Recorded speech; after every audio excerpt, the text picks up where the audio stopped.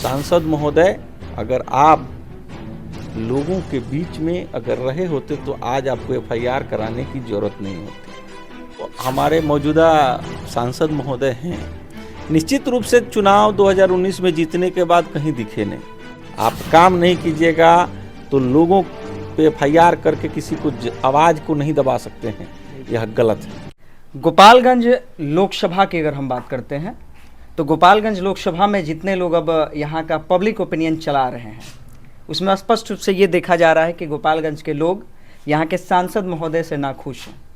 कह रहे हैं कि भाई इस क्षेत्र में तो सांसद महोदय का आवागमन नहीं होता है, क्षेत्र में दिखते नहीं हैं, काम नहीं करते हैं। कैसे देखते हैं? देखिए, निश्चित रूप से जो हमारे मौजूदा सांसद महोदय हैं, निश्चित रूप से चुनाव 2019 में जीतने के बाद कहीं दिखे नहीं, कहीं नहीं दिखे। और उसके बाद दिखने के अलावे ना अपने पार्टी के कार्यकर्ताओं से ना ही अपने गठबंधन के कार्यकर्ताओं से किसी से टच में रहे, हमेशा दिल्ली रहे और पूरा सत्ता सुख का उपयोग किए हैं। और निश्चित रूप से विपक्ष तो छोड़ दीजिए, उनके दल में और लोगों में और उनके जो गठबंधन के लोग हैं उनमें आक्रोश व्याप्त है।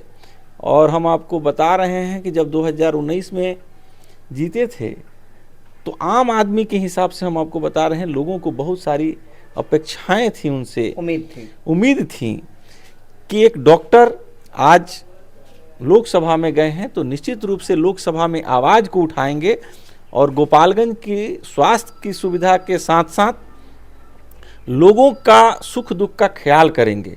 पढ़े लिखे व्यक्ति हैं, लेकिन अगर देखा जाए तो जनता के विश्वास पे, लोगों के विश्वास पे एकदम विफल होने का काम उन्होंने किया। और एक दिन भी लोगों के बीच में नहीं रहे, व्यक्तिगत रूप से नहीं रहे, सामूहिक रूप से किसी कार्यक्रम में नहीं दिखे और विकास के नाम पे तो छोड़ ही दीजिए। और जिसके सहयोग से सहयोगी पार्टी उनकी भारतीय जनता पार्टी के लोग रहे, उनका भी वो लोग उपेक्षा किए और साथ ही साथ भारतीय जनता की पार्टी के लोग भी यहाँ गोपालगंज को केंद्र के हिसाब से कुछ नहीं दिए। अच्छा, क्या लगता है इस बार गोपालगंज का जो ताज होगा वो किसके सर होगा? क्योंकि अब वीआईपी पार्टी को यहाँ से टिकट उम्मीदवार चुना गया है, अब कौन आने वाला है, क्या लगता है? देखिए, यह गोपालगंज का जो सीट है, यह सीट वीआईपी पार्टी को दिया गया है, बिल्कुल। लेकिन यह वीआईपी पार्टी जो है वो महागठबंधन, इंडिया गठबंधन का हिस्सा है। तो हम यही कहेंगे कि यह सीट जो है वीआईपी का है, उससे कोई मतलब नहीं है। राष्ट्रीय जनता दल का एक एक कार्यकर्ता उनको जिताने के लिए कमर कस चुका है, संकल्पित है। और इस गोपालगंज के सीट से भारतीय जनता पार्टी के समर्थन से जो सांसद हैं मौजूदा, वो चुनाव हारेंगे और वीआईपी पार्टी के जो भी प्रत्याशी होंगे, महागठबंधन के जो प्रत्याशी होंगे, वह चुनाव भारी अंतर से जीतेंगे। और गोपालगंज में आने वाले समय में लोगों के बीच रहने वाले सांसद होंगे और लोगों के दुख सुख को समझने वाले और विकास करने वाले सांसद होंगे। इस बार देखा गया है गोपालगंज में कुछ लोग पब्लिक ओपिनियन चला रहे हैं गोपालगंज सांसद को लेके, उन पर आपके सांसद महोदय के द्वारा एफआईआर करा दिया जाता है। आपने देखा होगा, 2-3 दिन पहले पेपर में आया था। देखिए, यही तो राजतंत्र है। अगर लोगों को अपनी बात को बोलने का अगर अधिकार नहीं है तो निश्चित रूप से लोकतंत्र नहीं है। और अगर इस तरह का सांसद महोदय कर रहे हैं तो निश्चित रूप से वो लोकतंत्र का हत्या कर रहे हैं, डर रहे हैं, वो लोगों की आवाज को दबाने का प्रयास कर रहे हैं। लेकिन लोग वोट के चोट से इसका जवाब देंगे।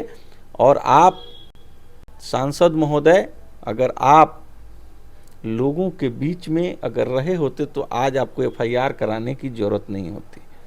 हम कहना चाहेंगे कि आप जनता पे अत्याचार मत कीजिए।